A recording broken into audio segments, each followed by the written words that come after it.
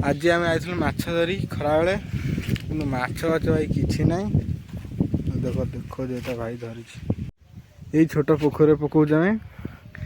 ये देख गोटे धरलुटा ये दीटा धरती देव आसी घंटा है माछ बाछ किसी ना 5 मिनट है तो मुँह हाथ जीवा ये देख सिंगीटे बाली मुझे जाल बसैया गई जो खरा देखिकी मो गांडी टे असंभाल न कहले बोल तो खरा जिते जोरे देख खरा देख बापा देख लो माछ मात्र दीटा माछ से खरा बेल सारा ये आसिक बनिश पकाऊ आसिक घंटे घंटे है गाड़ी थी खरा देव मो कैमेरा भी ठीक से आसुनी। यदि वीडियो भल लगे तो लाइक सब्सक्राइब करियो। रहूची जय जगन्नाथ।